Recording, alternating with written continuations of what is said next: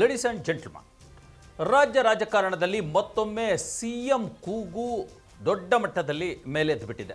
ಕಾಂಗ್ರೆಸ್ನ ಬಹುತೇಕ ನಾಯಕರು ಸಿದ್ದರಾಮಯ್ಯನವರೇ 2028ರವರೆಗೂ ಮುಖ್ಯಮಂತ್ರಿ, ಮುಂದೆಯೂ ಕೂಡ ಅವರೇ ಮುಖ್ಯಮಂತ್ರಿ ಅನ್ನುವಂಥ ಮಾತುಗಳನ್ನು ಹೇಳ್ತಿದ್ದಾರೆ.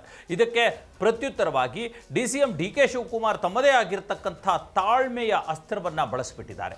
ಅಲ್ಲ, ಒಂದು ಪ್ರಶ್ನೆ ಎದ್ದೇಳಬಹುದು, ಈ ಉಪಚುನಾವಣೆ ಉಪಕದನದ ರಿಸಲ್ಟ್ ಬರೋದಕ್ಕಿಂತ ಮುಂಚೆ, ಚುನಾವಣೆ ಆಗೋದಕ್ಕಿಂತ ಮುಂಚೆನೇ ಯಾಕೆ CM ಸೀಟಿಗೆ ಹೀಗೆ ಬಡದಾಡ್ಕೊಳ್ತಿದ್ದಾರೆ? ಇದು ಹಿಂದೆ ಇರತಕ್ಕಂಥ ತಂತ್ರ ಏನು ಅನ್ನೋವಂಥದ್ದು ನಿಮಗೆ ಅನ್ನಿಸ್ಬೋದು. ಆ ಪ್ರಶ್ನೆಗೆ ಉತ್ತರವನ್ನು ನಾನು ಕೊಡ್ತೀನಿ. ನೀವು ನೋಡ್ತಾ ಇದ್ದೀರಾ ನೆಲ ಜಲ ಭಾಷೆಗಾಗಿ ಪ್ರಾಮಾಣಿಕ ಪತ್ರಿಕೋದ್ಯಮ, ನಿಮ್ಮ ಫೋಕಸ್ TV. ಇದು ಎಕ್ಸ್ಪ್ಲೈನರ್. ನಾನು ಹಬೀಬ್ ದಂಡಿ.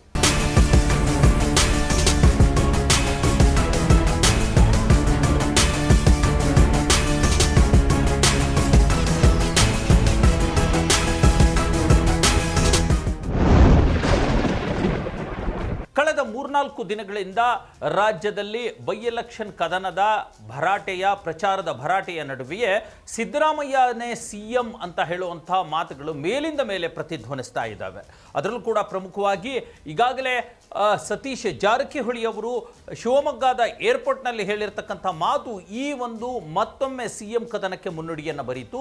ಕಳೆದ 5-6 ದಿನಗಳ ಹಿಂದೆ ಶಿವಮೊಗ್ಗದ ಏರ್ಪೋರ್ಟ್ನಲ್ಲಿ ಸತೀಶ್ ಜಾರಕಿಹೊಳಿ ಹೇಳ್ತಾರೆ, CM ಗಾದಿಯಲ್ಲಿ ಅಂದರೆ ರಾಜ್ಯ ಕಾಂಗ್ರೆಸ್ನಲ್ಲಿ CM ಆಗುವಂಥ ಲಿಸ್ಟಿನಲ್ಲಿ ಸುಮಾರು 10 ಜನ ಕಾಂಗ್ರೆಸ್ ನಾಯಕರಿದ್ದಾರೆ, ಅದರಲ್ಲಿ ನಾನು ಇದ್ದೀನಿ, DK ಶಿವಕುಮಾರ್ ಅವರೊಂದಿಗೆ ನಾನು ಕೂಡ ಸೆಣಸಾಟದಲ್ಲಿದ್ದೀನಿ ಅನ್ನೋಂಥ ಮಾತನ್ನು ಹೇಳೋದ್ರ ಮೂಲಕ ಮತ್ತೆ CM ಚರ್ಚೆಯನ್ನು ಮುನ್ನೆಲೆಗೆ ತೆಗೆದುಕೊಂಡು ಬಂದುಬಿಟ್ರು. ಅದಾದ ನಂತರ ದೊಡ್ಡ ಮಟ್ಟದಲ್ಲಿ ಇದು ಸದ್ದಾಗಿದ್ದು ಡಾಕ್ಟರ್ G ಪರಮೇಶ್ವರ್ ಅವರು ಕೂಡ 2 ದಿನದ ಹಿಂದೆ ಈ ಹೇಳಿಕೆಯನ್ನು ಕೊಟ್ಟರು. ಇನ್ನೂ ಉಳಿದಿರತಕ್ಕಂಥ 2 ವರ್ಷದ ಮಟ್ಟಿಗೆ ಸಿದ್ದರಾಮಯ್ಯನವರೇ ಮುಖ್ಯಮಂತ್ರಿಯಾಗಿ ಮುಂದುವರಿತಾರೆ, ಸಿದ್ದರಾಮಯ್ಯನವರೇ 5 ವರ್ಷ CM ಆಗಿರ್ತಾರೆ ಅನ್ನೋಂಥ ಮಾತನ್ನು ಕೂಡ ಹೇಳಿಬಿಟ್ರು. ಆಯ್ತಾ?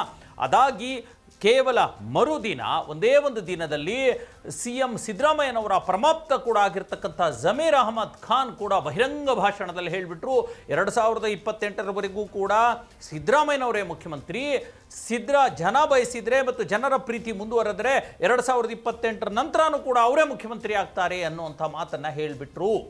ಇದಕ್ಕೆ ಪ್ರತ್ಯುತ್ತರ ಕೊಡಬೇಕಾಗಿರ್ತಕ್ಕಂಥವ್ರು ಯಾರು? ಈಗ DK ಶಿವಕುಮಾರ್ ಅವರು ಕೂಡ ಪ್ರತ್ಯುತ್ತರವನ್ನು ಕೊಟ್ಟಿದ್ದಾರೆ. ಏನಂತ ಹೇಳಿದರು?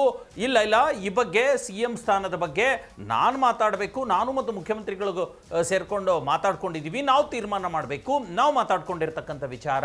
ಅದು ಬಿಟ್ಟರೆ ಇದನ್ನು ಹೈಕಮಾಂಡ್ ತೀರ್ಮಾನ ಮಾಡಬೇಕು, ಅಲ್ಲದೆ ನಾನು ಕೂಡ KPCC ಅಧ್ಯಕ್ಷ, ನಾನು ಈ ಬಗ್ಗೆ ಏನಾದರೂ ಮಾತಾಡಬೇಕೇ ಹೊರತು ಬೇರೆ ಯಾರೇ ಏನೇ ಮಾತಾಡಿದ್ರು ಅದಕ್ಕೆ ನಾನು ಉತ್ತರನೂ ಕೊಡೋದಿಲ್ಲ, ಅದು ನಗಣ್ಯ, ಅದಕ್ಕೆ ಯಾವ ಬೆಲೆನೂ ಇಲ್ಲ ಅನ್ನುವಂಥ ಮಾತನ್ನು ಹೇಳಿಬಿಟ್ರು.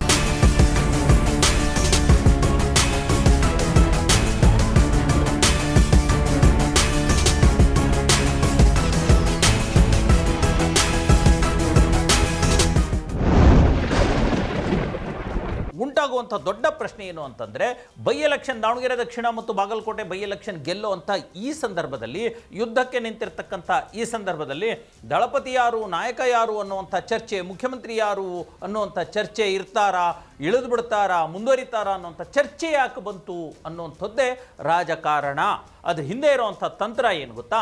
ಈಗ ಕಳೆದ 1 ವಾರದಿಂದನೂ ಕೂಡ ಇದೇ BJPಯ ನಾಯಕರು ಒಂದು ತಂತ್ರಗಾರಿಕೆಯನ್ನು ಶುರು ಮಾಡ್ತಿದ್ದಾರೆ. ಅದೇನಪ್ಪ ಅಂತಂದರೆ, ಬಾಗಲಕೋಟೆಯಲ್ಲಿ ಮತ್ತು ದಾವಣಗೆರೆಯಲ್ಲಿ 2 ಕಡೆ ಕಾಂಗ್ರೆಸ್ ಸೋಲುತ್ತೆ ಅನ್ನುವಂಥ ಮಾತುಗಳನ್ನ ಹೇಳ್ತಾ ಬಂದರು. ಅಷ್ಟಕ್ಕೆ ಆಗಿದ್ದರೆ ಅದು ಬರೀ ಬೈ ಎಲೆಕ್ಷನ್ಗೆ ಸಂಬಂಧಪಟ್ಟಂಥ ಮಾತು ಅಂತ ಅಂದ್ಕೋಬೋದಾಗಿತ್ತು. ಆದರೆ 2 ಕಡೆ ಕಾಂಗ್ರೆಸ್ ಸೋತರೂ ಮುಖ್ಯಮಂತ್ರಿ ಸಿದ್ದರಾಮಯ್ಯ ಕೆಳಗಿಳಿತಾರೆ, ಗೆದ್ದರೂ ಸಿದ್ದರಾಮಯ್ಯ ಕೆಳಗಿಳಿತಾರೆ ಅನ್ನುವಂಥ ಒಂದು ಮಾತನ್ನು ಹೇಳಿದರು ಮುಖ್ಯಮಂತ್ರಿ ಸ್ಥಾನದಿಂದ. ಇದೊಂದು ಸ್ಟ್ರಾಟಜಿಯನ್ನು BJP ಮಾಡ್ತಾನೆ ಬಂತು, ವ್ಯವಸ್ಥಿತವಾಗಿ ಇದನ್ನು ರೂಪಿಸ್ತಾನೆ ಬಂತು.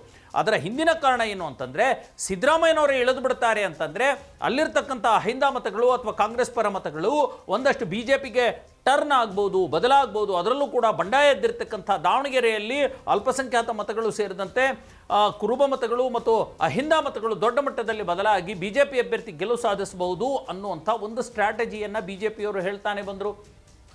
ಮಾಡ್ತಾನೆ ಬಂದರು ಆ ಸ್ಟ್ರಾಟಜಿನ. ಸ್ವತಃ ಬಿಜೆಪಿ ರಾಜ್ಯಾಧ್ಯಕ್ಷ BY ವಿಜಯೇಂದ್ರ ಹಲವಾರು ಬಾರಿ ಈ ಮಾತನ್ನು ಹೇಳಿದರು. ಸ್ವತಃ ಯಡಿಯೂರಪ್ಪನವರು ಕೂಡ ಈ ಮಾತನ್ನು ಹೇಳಿದರು. ಭ್ರಷ್ಟ ಸಿದ್ದರಾಮಯ್ಯ, ದುಷ್ಟ ಸಿದ್ದರಾಮಯ್ಯ, ಕುರ್ಚಿಯಿಂದ ಇಳಿಯೋದು ಅದು ಗ್ಯಾರಂಟಿ ಆಗಿಬಿಟ್ಟಿದೆ. ಸೂರ್ಯ ಚಂದ್ರ ಎಷ್ಟು ಸಾಕ್ಷಿನೋ ಹುಟ್ಟುವಂಥದ್ದು, ಮುಳುಗುವಂಥದ್ದು ಅಷ್ಟೇ ಸಾಕ್ಷಿ ಸಿದ್ದರಾಮಯ್ಯ ಇಳಿಯುವಂಥದ್ದು ಅನ್ನೋಂಥದ್ದು ಮಾತುಗಳನ್ನ ಹೇಳಿಬಿಟ್ರು. ಅಂದರೆ ಸಿದ್ದರಾಮಯ್ಯ ಇರ್ತಕ್ಕಂಥ ಮಾಸ್ ಲೀಡರ್, ಅವರನ್ನು ಟಾರ್ಗೆಟ್ ಮಾಡಿದಾಗ ಅದರ ಒಂದು ಎಫೆಕ್ಟ್ ಮತದಾರರ ಮೇಲಾಗುತ್ತೆ, ಆ ಮತಗಳು ನಮ್ಮ ಕಡೆಗೆ ಬರುತ್ತೆ ಅನ್ನೋಂಥದ್ದು ಒಂದು ಎಲೆಕ್ಷನ್ ಸ್ಟ್ರಾಟಜಿ. ಅದಕ್ಕೆ ಪ್ರತಿತಂತ್ರ ಹೂಡಿರ್ತಕ್ಕಂಥ ಕಾಂಗ್ರೆಸ್ ಏನು ಮಾಡಿತು, ಇಲ್ಲಿಲ್ಲ ಸಿದ್ದರಾಮಯ್ಯನವರೇ 28ರವರೆಗೂ ಇರ್ತಾರೆ, 28ರ ನಂತರ ಅವರೇ ಮುಂದುವರಿತಾರೆ ಅಂತಂದು ಹೇಳಿ ಕೌಂಟರ್ ಸ್ಟ್ರಾಟಜಿಯನ್ನು ಕಾಂಗ್ರೆಸ್ನವರು ಕೊಡೋದಕ್ಕೆ ಶುರುವಾದರು. ಇದು ಆ್ಯಕ್ಚುಲಿ ಕಾಂಗ್ರೆಸ್ ಪಕ್ಷದ ಒಳಗಡೆ ಶುರುವಾಗಿರ್ತಕ್ಕಂಥ ಒಳಜಗಳ ಅಲ್ಲ. ಇದು ಕಾಂಗ್ರೆಸ್ನಲ್ಲಿರ್ತಕ್ಕಂಥ ಸಿದ್ದರಾಮಯ್ಯ ವಿರೋಧಿ ಬಣವಾಗಿರ್ತಕ್ಕಂಥ DK ಶಿವಕುಮಾರ್ಗೋ ಅಥವಾ ಅವರ ಬೆಂಬಲಿಗರಿಗೋ ಕೊಡಬೇಕಾಗಿರ್ತಕ್ಕಂಥ ಪ್ರತಿಯೇಟು ಅಲ್ಲ.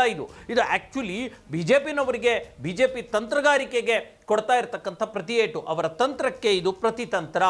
ಏನು ಯಾವ ತಂತ್ರವನ್ನು ರೂಪಿಸಿ ಅವರು ಕಾಂಗ್ರೆಸ್ ಮತಗಳನ್ನು ತಮ್ಮತ್ತ ಸೆಳೆದುಕೊಳ್ಳೋದಕ್ಕೆ ಪ್ರಯತ್ನ ಪಟ್ಟರೋ ಅದೇ ತಂತ್ರಕ್ಕೆ ಪ್ರತಿಯುತ್ತರವನ್ನು ಕೊಡೋದ್ರ ಮೂಲಕ, ಮತ್ತೊಮ್ಮೆ ಪ್ರಸ್ತಾಪ ಮಾಡೋದ್ರ ಮೂಲಕ, ಬಹಿರಂಗವಾಗಿ ಹೇಳಿಕೆಗಳನ್ನು ಕೊಡೋದ್ರ ಮೂಲಕ, ಮಾಧ್ಯಮದವರ ಮುಂದೆ ಹೇಳಿಕೆಗಳನ್ನು ಕೊಡೋದ್ರ ಮೂಲಕ ಇಲ್ಲಿಲ್ಲ ಸಿದ್ದರಾಮಯ್ಯನವರೇ ಇರ್ತಾರೆ ಅನ್ನೋವಂಥ ಮಾತನ್ನು ಹೇಳೋದ್ರ ಮೂಲಕ ತಮ್ಮ ವೋಟ್ ಬ್ಯಾಂಕನ್ನು ರಕ್ಷಿಸಿಕೊಳ್ಳುವಂಥ ಮತ್ತು ಒಂದು ಭರವಸೆ ಇರ್ತಾರಪ್ಪ ಸಿದ್ದರಾಮಯ್ಯ ಅನ್ನುವಂಥದ್ದು ಈ ಅಹಿಂದ ಮತದಾರರಿಗೆ ಒಂದು ಭರವಸೆ ಹುಟ್ಟಿಸ್ಲಿಕ್ಕೆ ಮಾಡಿರ್ತಕ್ಕಂಥ ಬೈ ಎಲೆಕ್ಷನ್ನ ತಂತ್ರಗಾರಿಕೆ ಇದು. ಅದನ್ನು ಪರಮೇಶ್ವರ್ ಅವರು ಮಾಡಿದರು, ಜಮೀರ್ ಅಹಮದ್ ಖಾನ್ ಮಾಡಿದರು, ಸತೀಶ್ ಜಾರಕಿಹೊಳಿನೂ ಕೂಡ ಮಾಡಿರ್ತಕ್ಕಂಥದ್ದು. ಇದಕ್ಕೆ DK ಶಿವಕುಮಾರ್ ದೊಡ್ಡ ಮಟ್ಟದಲ್ಲಿ ಪ್ರತಿಕ್ರಿಯೆಯನ್ನು ಕೊಡಲಿಲ್ಲ. ನೀವು DK ಶಿವಕುಮಾರ್ ಪ್ರತಿಕ್ರಿಯೆಯನ್ನು ನೋಡಿದರೆ ಅವರ ಕಾಂಗ್ರೆಸ್ ಪಕ್ಷದವರ ತಂತ್ರಗಾರಿಕೆ ಏನು ಅನ್ನೋಂಥದ್ದು ಅರ್ಥ ಆಗುತ್ತೆ. ಇಲ್ಲೆಲ್ಲ ಹೈಕಮಾಂಡ್ ತೀರ್ಮಾನ ಮಾಡುತ್ತೆ, ಆಮೇಲೆ ನಾನು KPCC ಅಧ್ಯಕ್ಷ, ನಾನು ಮಾತಾಡಬೇಕು ಅಂತ ಹೇಳಿದರು. ಅಷ್ಟಕ್ಕೂ ಪತ್ರಕರ್ತರು ಅಥವಾ ಮಾಧ್ಯಮದವರು ಕೇಳಿದ ಪ್ರಶ್ನೆಗೆ ಅವ್ರು ಹೇಳಿದ ಉತ್ತರ ಏನು ಗೊತ್ತಾ, ಕಾಲನೇ ಎಲ್ಲದಕ್ಕೂ ಉತ್ತರ ಕೊಡುತ್ತೆ ಬಿಡಿ ಅನ್ನುವಂಥ ಮಾತನ್ನು ಹೇಳಿದರು. ಅಂದ್ರೆ ಅದರ ಅರ್ಥ ನಮಗಿದು ಮುಖ್ಯಮಂತ್ರಿ ಬದಲಾವಣೆ ಆಗಬೇಕು, ಆಗಿಬಿಡ್ತಾರೆ ಅನ್ನೋಂಥದ್ದು ಮುಖ್ಯ ಅಲ್ಲ. ಏನು BJP ಸ್ಟ್ರಾಟಜಿಯನ್ನು ಮಾಡ್ತೋ ಆ BJP ಸ್ಟ್ರಾಟಜಿಗೆ ಕೌಂಟರ್ ಸ್ಟ್ರಾಟಜಿಯನ್ನು ನಾವು ಕೊಟ್ಟಿದ್ದೀವಿ. ಅಂದರೆ ಅದರರ್ಥ ಸಿದ್ದರಾಮಯ್ಯನವರು ಅಧಿಕಾರದಲ್ಲಿ ಇರ್ತಾರೆ ಅಂತಂದರೆ ಖಂಡಿತವಾಗಿ ಕಾಂಗ್ರೆಸ್ಸಿಗೆ ಓಟ್ ಬೀಳುತ್ತೆ, ಬೈ ಎಲೆಕ್ಷನ್ ನಾವು ಗೆಲ್ತೀವಿ ಅನ್ನೋಂಥದ್ದು ಅವರ ಹಿಂದಿನ ರಾಜಕಾರಣದ ತಂತ್ರ ಆಗಿತ್ತು.